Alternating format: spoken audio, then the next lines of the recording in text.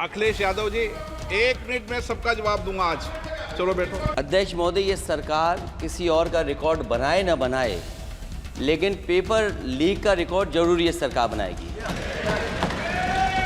जिन बच्चों को सबसे ज़्यादा नंबर मिले हैं, क्या उसकी सूची जारी करेंगे?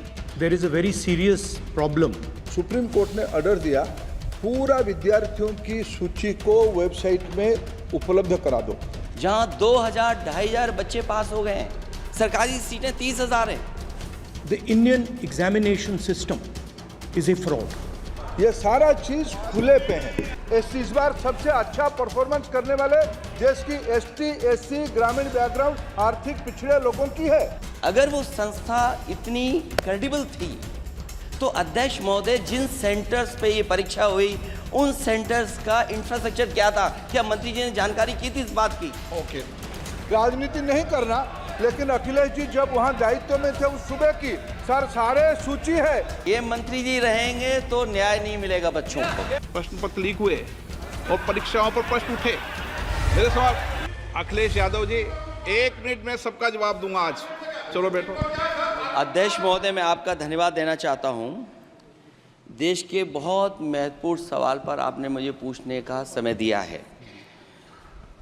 अध्यक्ष महोदय, ये सरकार किसी और का रिकॉर्ड बनाए ना बनाए, लेकिन पेपर लीक का रिकॉर्ड जरूर ये सरकार बनाएगी।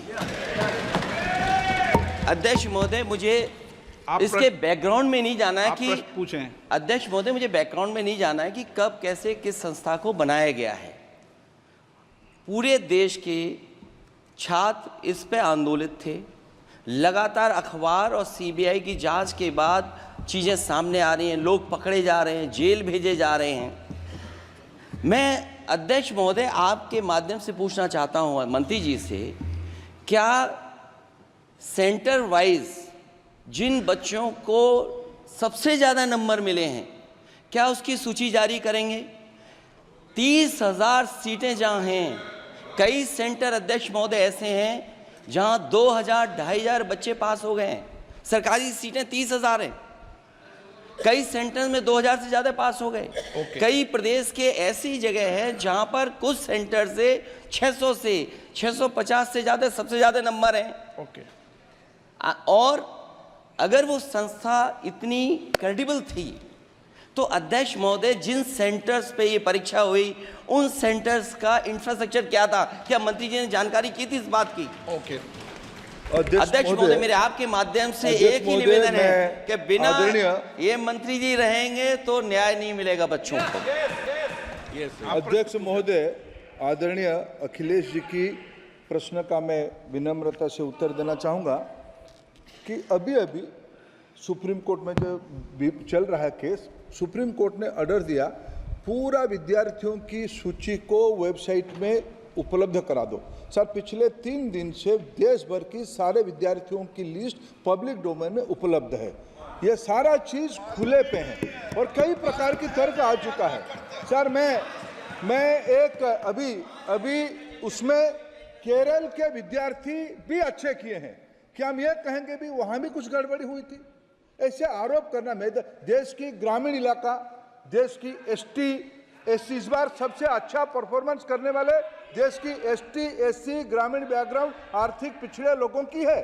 क्या हम उनकी मेधा को हम चुनौती देते हैं? और बाकी रहा क्वेश्चन पेपर लीक की, सर मैं शुरू से मेरा एक स्टैंड रहा, राजनीति नहीं करना, लेकिन अखिलेश जी जब वहाँ दायित्व में थे उस सुबह की सारे सूची है, कितने बार उत्तर प्रदेश में क्वेश्चन पेपर लीक हुए हैं।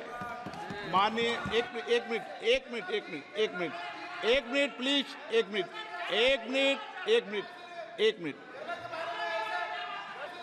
मिनट। राहुल गांधी जी, आप प्रश्न पूछना चाहते हैं? Speaker sir, it's obvious to the whole country. It's obvious to the whole country that there is a very serious problem in our examination system. This is not just a question of NEET, it is in all the major examinations. Now, the minister has blamed everybody except himself, right? I don't even think he understands the fundamentals of what is going on here. आप प्रश्न क्या है आपका? आ रहा हूँ sir. Sir ये मैं question को ये सेटअप प्रश्न कर रहा काल हूँ. है, इसलिए प्रश्न पूछ रहे हैं आप. ये the issue is that there are millions of students in this country who are extremely concerned at what is going on and who are convinced that the Indian examination system is a fraud. That is what is at stake here. Millions of people believe that if you are rich and if you have money, you can buy the Indian examination system. And by the way, and this is the same feeling that the people in the opposition have. And that is why we are asking some very simple questions to Honorable Minister.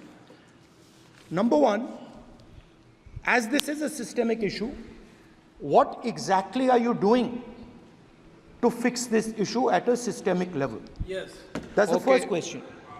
अब मैं मंत्री जी मैं एक बार बोल दूं इस बात पे. चलो मंत्री जी आप शॉर्ट में जवाब दो, फिर मैं बोल ही देता हूं. आज आप शॉर्ट में जवाब देना. फिर अध्यक्ष महोदय, मेरे जो शिक्षा है, मेरे जो संस्कार है, मेरे जो सामाजिक जीवन है, मेरे को मेरे राज्य की, मेरे सूबे की जनता की स्वीकृति मिली है. मैं किसी की, मेरे बौद्धिक और मेरे संस्कार की सर्टिफिकेट मेरे को सारी सदन में किसी से नहीं चाहिए.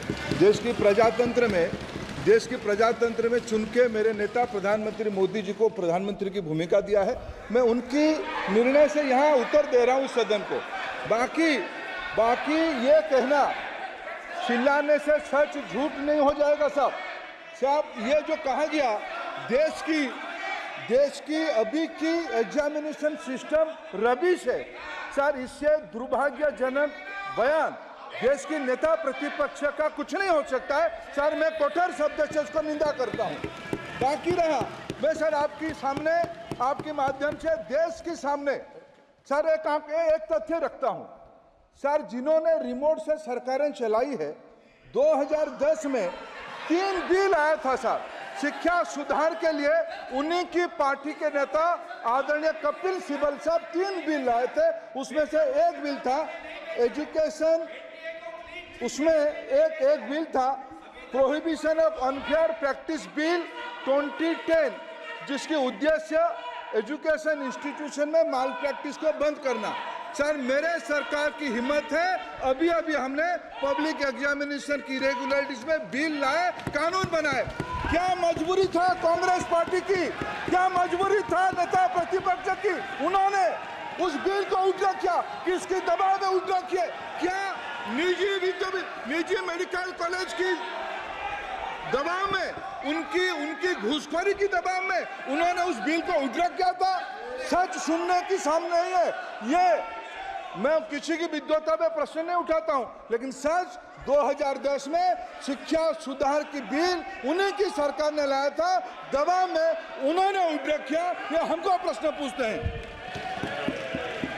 एक minute please.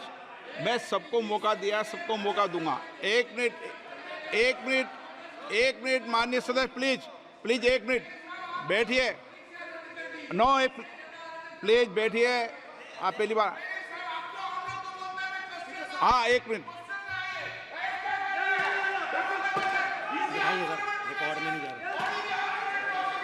Kalyan ji please. Kalyan ji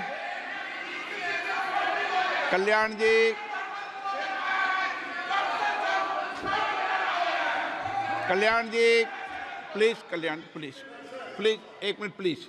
1 minute सबको मौका दूंगा. 1 मिनट प्लीज. 1 मिनट. माननीय सदस्यगण, विषय महत्वपूर्ण था, मैंने सबको अलाउ किया, लेकिन एक बार इस सदन के अंदर ये सार्थक चर्चा होनी चाहिए, क्योंकि प्रश्न ये था कि परीक्षाओं के विषय के अंदर, और आप सबको पता है देश में अलग अलग राज्यों के अंदर भी अलग अलग दलों की सरकार रही, और उन अलग दलों की सरकार में आपकी भी सरकार रही, अन्य दलों की सरकार रही. वहाँ भी कई बार प्रश्न पत्र लीक हुए और परीक्षाओं पर प्रश्न उठे।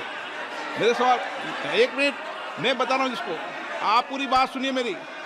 मेरा कहना ये है कि हम और उन एक मिनट प्लीज बैठिए, एक मिनट नीट नहीं, सारी हमारा सवाल ये है कि हम यहाँ इसलिए चिंता के लिए बैठे हैं कि भविष्य में हमारे विद्यार्थियों के भविष्य पर कोई विषय न उठे, इसलिए किस तरीके का मैकेनिज्म डेवलप करें, परीक्षाओं का क्या बेहतर सिस्टम डेवलप करें, इसमें सबके सुझाव आए ताकि भविष्य के अंदर, और उसके लिए जो उत्तम सुझाव हो सकते हैं सरकार भी उस उत्तम सुझावों को मानेगी। एक मिनट, लेकिन हम अगर सारे परीक्षाओं पर सवाल उठाएंगे तो कई राज्यों में कई दलों की सरकार है जो परीक्षाएं आयोजित करती रहती है। हम सारी परीक्षाओं पर सवाल उठाएंगे तो जो बच्चे उत्तीर्ण होते हैं उनके भविष्य पर और भारत की परीक्षाओं पर, भारत की शिक्षण व्यवस्थाओं पर, पूरे विश्व में एक बहुत गंभीर असर पड़ेगा, जो सदन की चिंता का विषय है। और इसके लिए सभी राज्यों ने अपने अपने यहाँ कानून बनाए, संसद ने भी कानून बनाए। कानून बनाने के अलावा इस विषय के अंदर एजेंसी जांच कर रही है, कोर्ट निगरानी कर रही है। हमारा सवाल ये होना चाहिए कि हम कैसे सकारात्मक रूप से सुझाव देकर इस सिस्टम को और बेहतर कर सकते हैं, ये होना चाहिए। आरोप प्रत्यारोप से सदन नहीं है। आप बेहतर सिस्टम डेवलप करो, और कभी भी सारे एग्जामिनरों पर सवाल उठाना सदन के लिए उचित नहीं है। ये सदन इसके लिए है भी नहीं platform. No question number 3, Shri D Prasad Rao. प्रश्नकाल में सबको सवाल उठाने दिया, और एक बार सवाल उठाने के बाद दोबारा नहीं उठाने दिया जाता।